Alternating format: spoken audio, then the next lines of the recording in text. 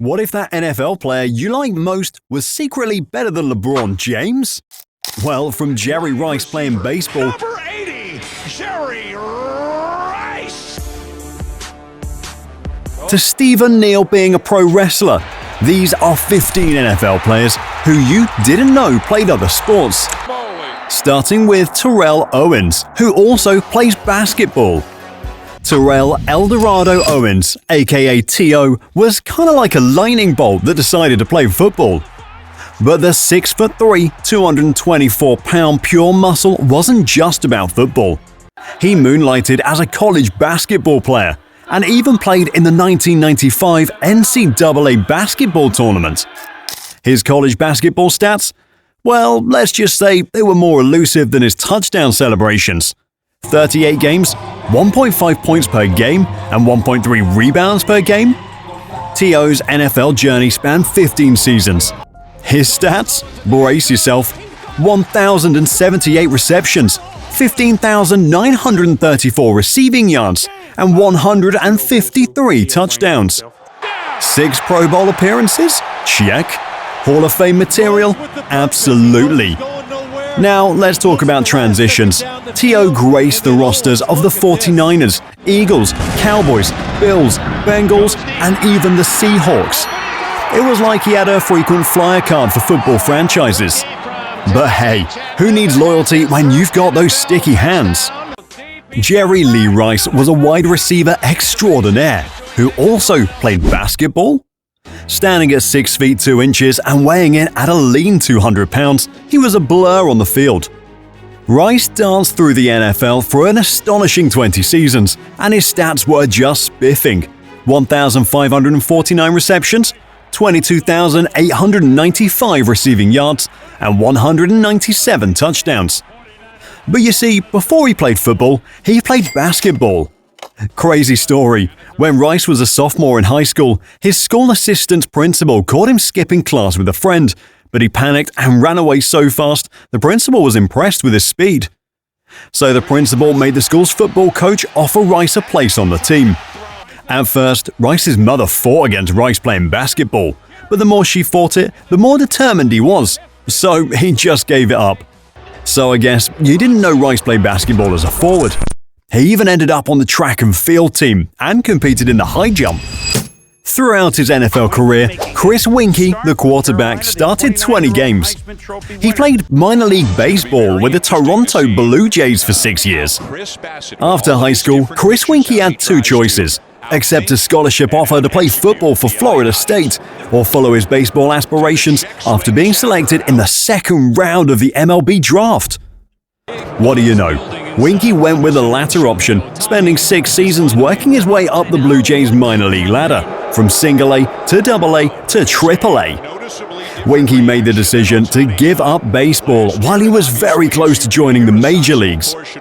Undoubtedly, the fact that he could still use his FSU scholarship had a role to play in his choice. John Lynch, the Buccaneers safety, was a right-hander on the mound who threw powerfully. Though Lynch was selected higher in the baseball selection than the football draft, he was honored to be inducted into the Pro Football Hall of Fame in 2021. In 1992, the Florida Marlins selected him in the 2nd round. A year later, the Buccaneers selected him in the 3rd round.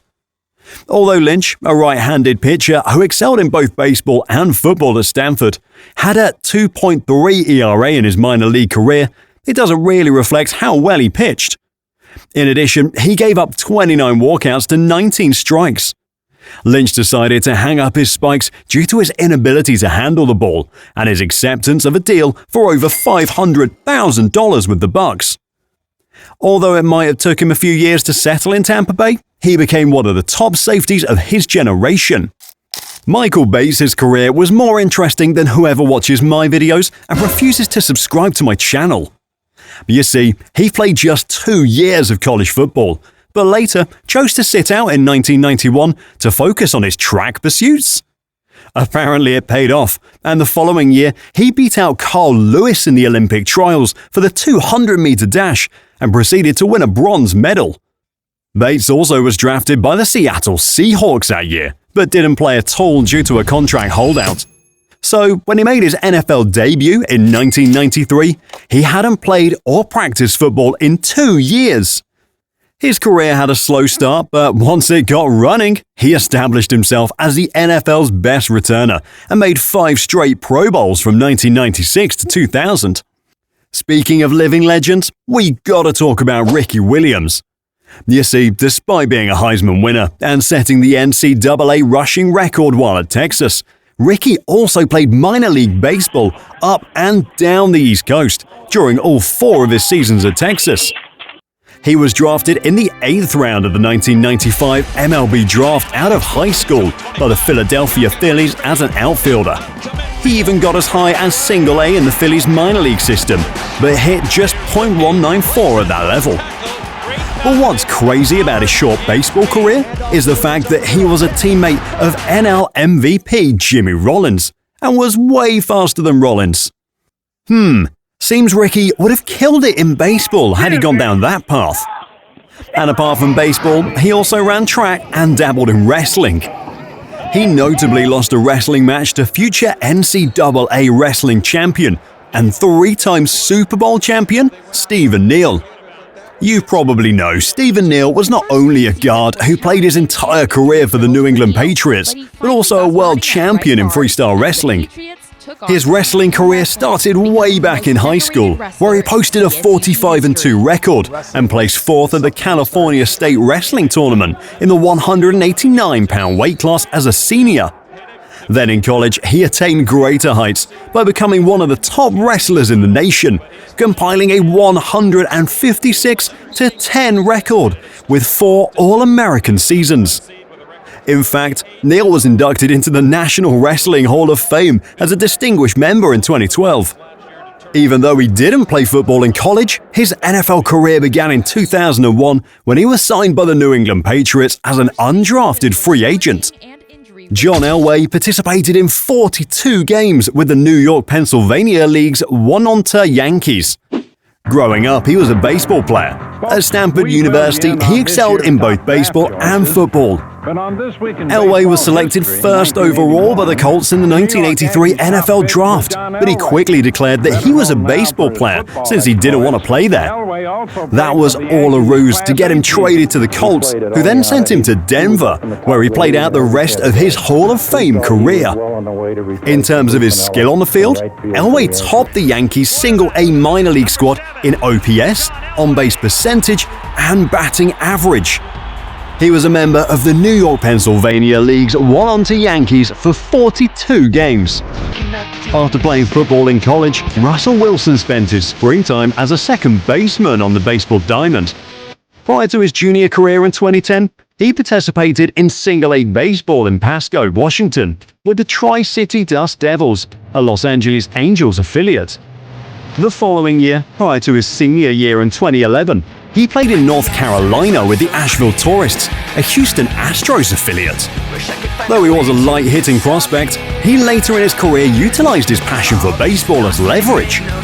In 2015, Wilson attended the Arizona Cardinals spring training and hinted at his ascent to the status of a two-sport superstar while pressuring the Seahawks for a new deal. Many believe it was just a ruse to encourage Seattle to increase their offer. Whether it was or not, it was effective, as Wilson quickly agreed to a new contract. Bob Hayes was dubbed Bullet Bob because of his extraordinary speed. Many football executives look to sprinters to identify their next football hero, inspired by Bullet Bob Hayes' success converting from track to football.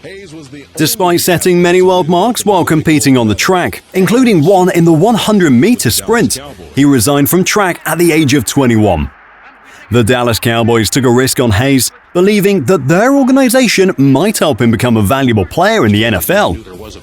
Bob was a wide receiver who developed into much more than a functional player as a result of his game-changing speed, which had defenders switch to more zone and bump and run coverage.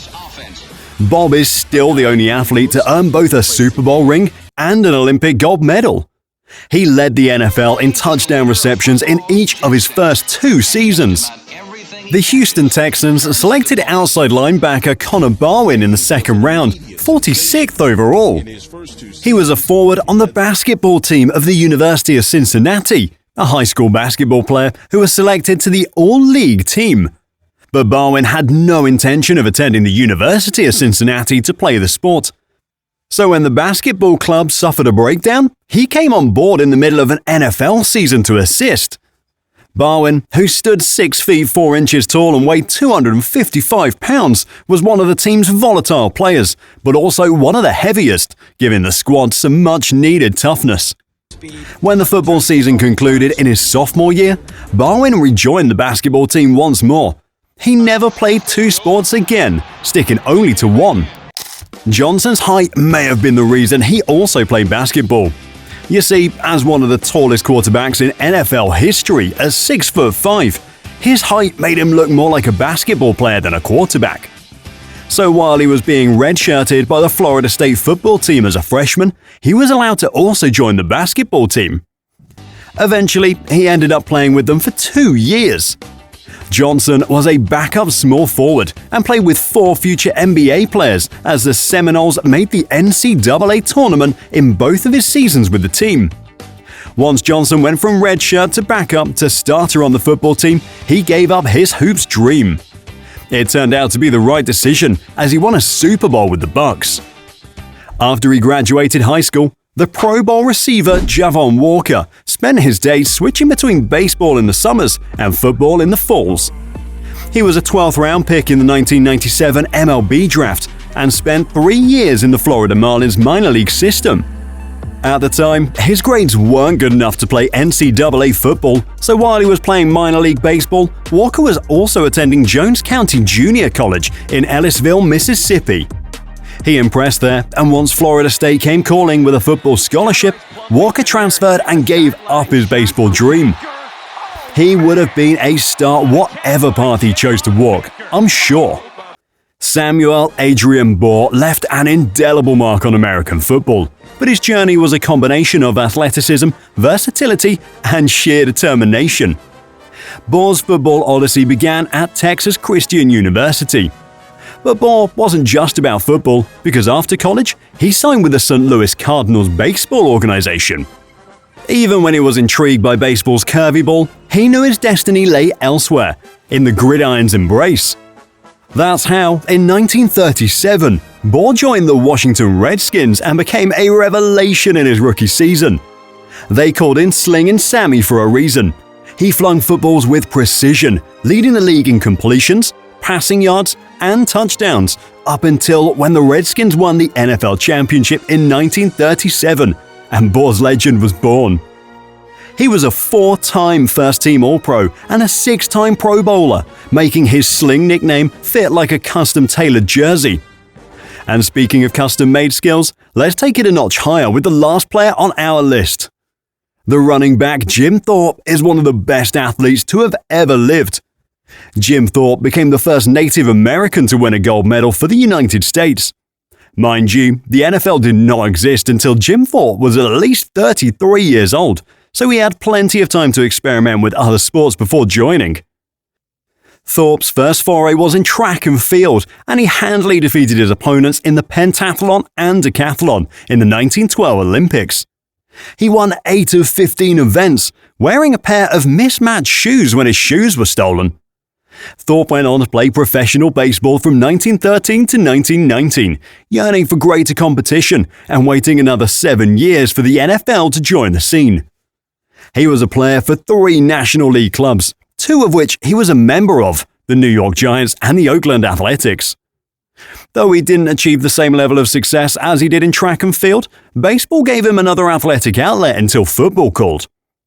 Thorpe's accomplishments in the NFL allowed him to be voted into the Pro Football Hall of Fame's charter class in 1963.